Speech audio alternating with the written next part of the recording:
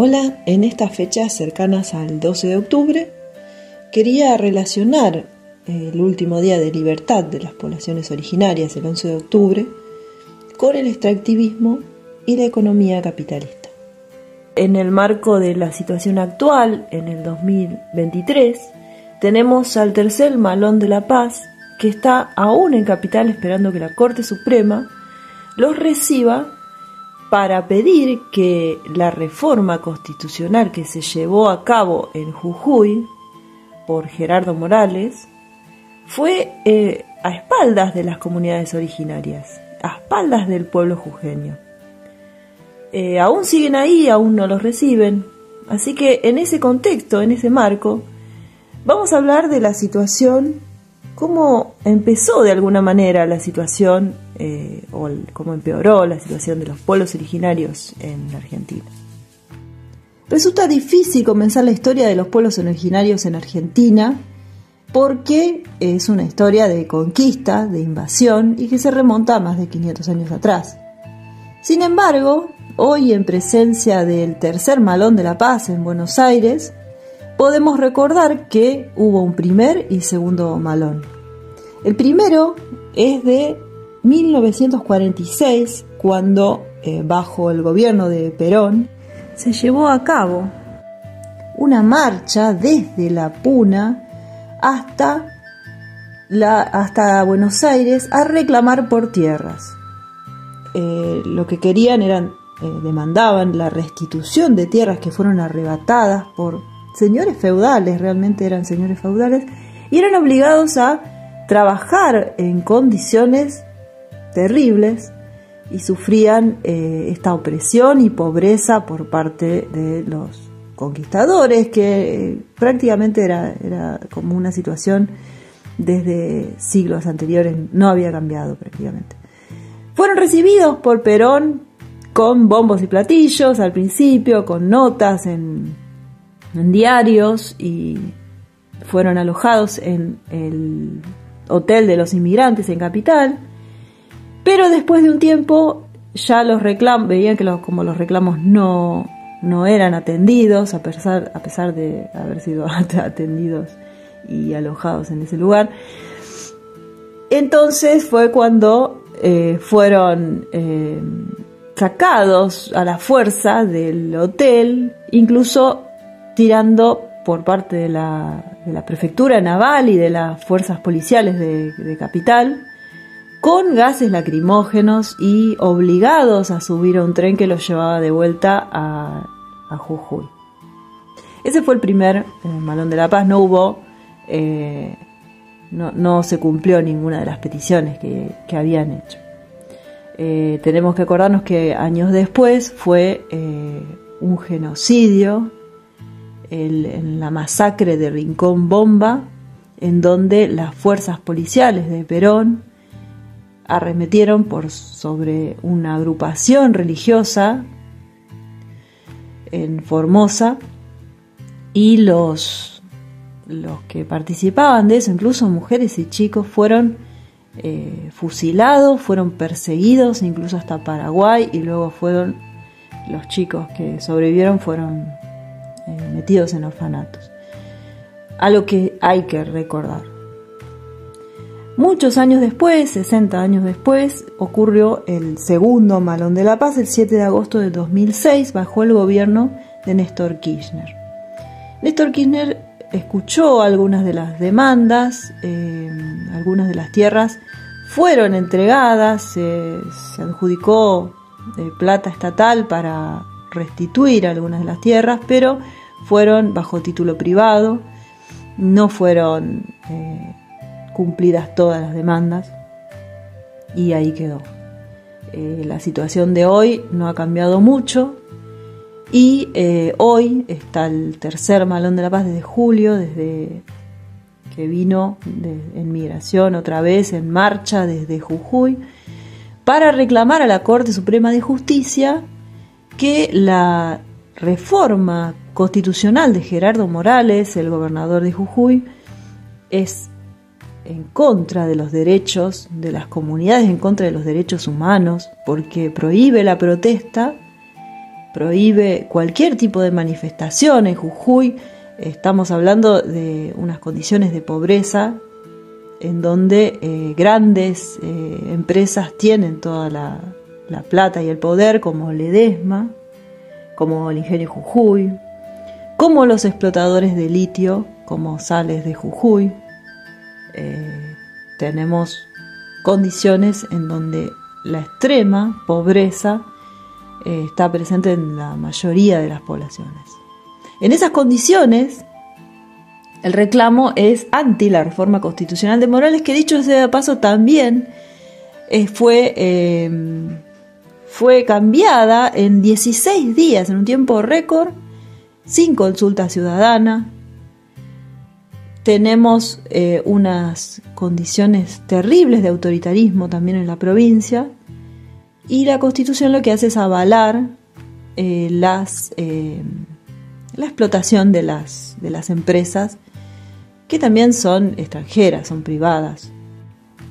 Una de las protestas que se llevan a cabo es en contra de la extracción de litio, y hay que pensar también cómo es la explotación de litio, porque podría llevarse a cabo de manera no sustentable, pero menos abrasiva contra el ecosistema de la puna. Estamos hablando que la puna es un ecosistema muy especial, muy en un equilibrio muy inestable, porque tenemos que es un lugar muy alto, el segundo más alto del planeta que el Himalaya, en donde el agua que hay presente en esa cuenca endorreica, que es la puna y los salares, se va yendo muy a poquito por la atmósfera.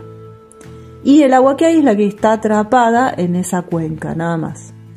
Esa agua se dice que es agua fósil porque lleva millones de años en ese lugar y ha venido acumulando metales y sales desde las partes más altas, desde los cerros, desde las montañas más altas, hacia lo que son los salares, porque fueron llevados por el agua.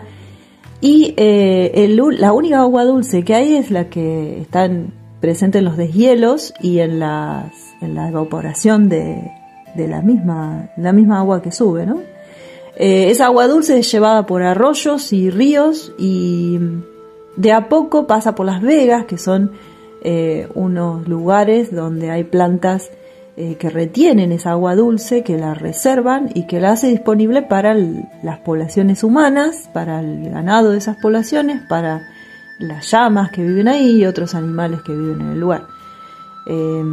También para la flora que es de agua dulce, que absorbe agua dulce, ¿no?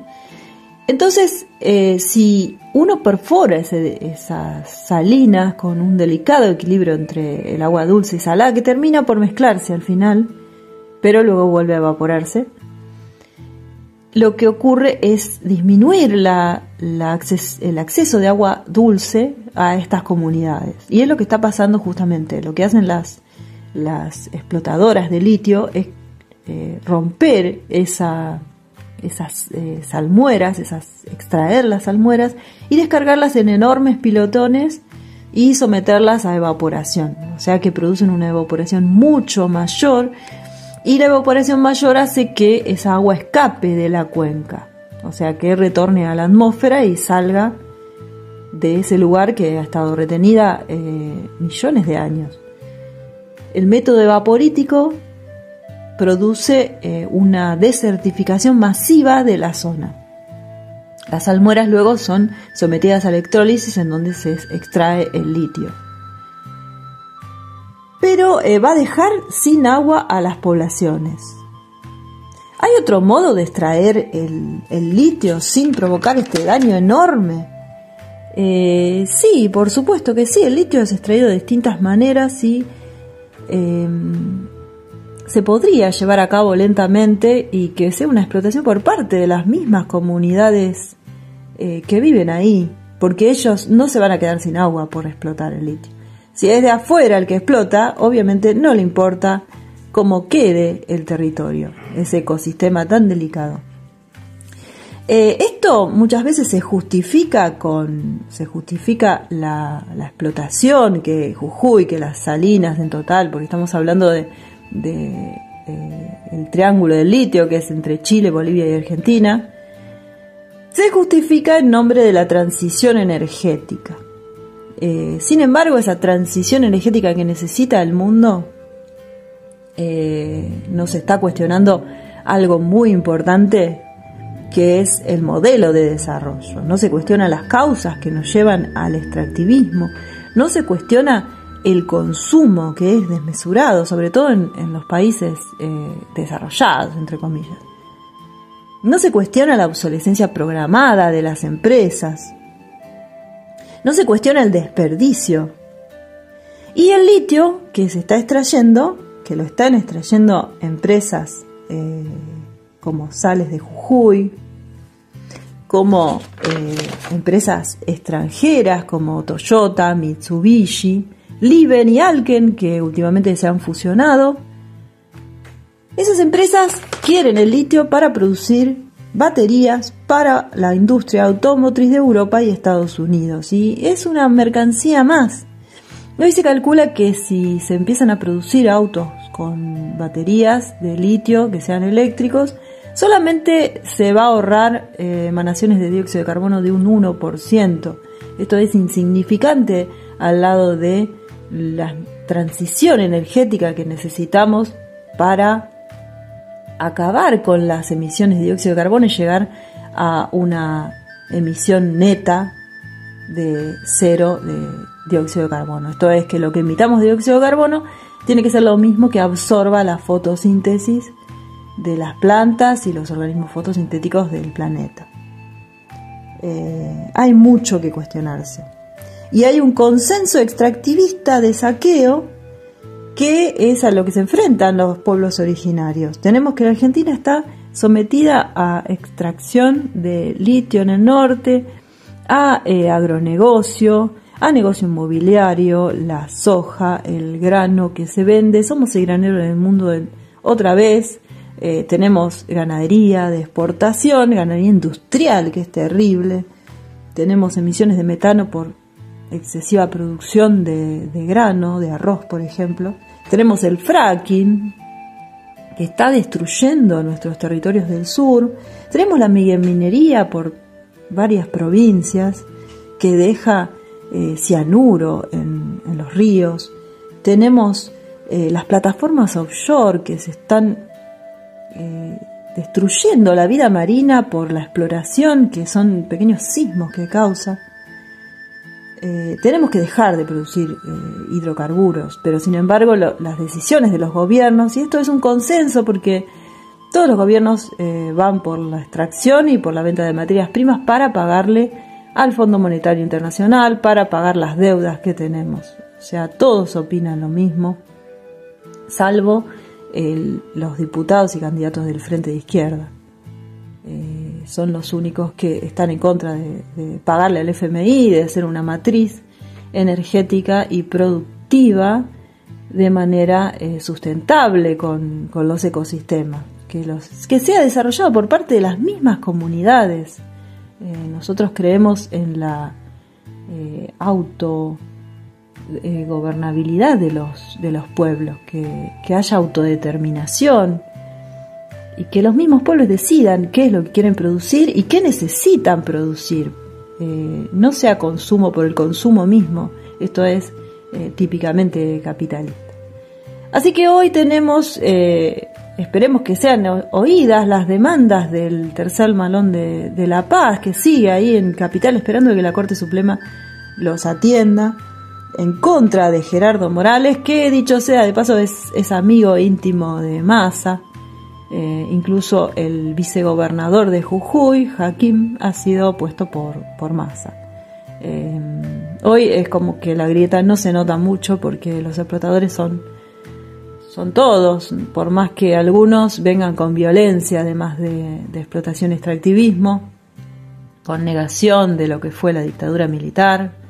Hay cosas bastante más horribles, pero la explotación en ese punto es como que el extractivismo y las zonas de sacrificio es como que ahí coinciden la mayoría, 4 de los candidatos que están hoy postulándose para la presidencia.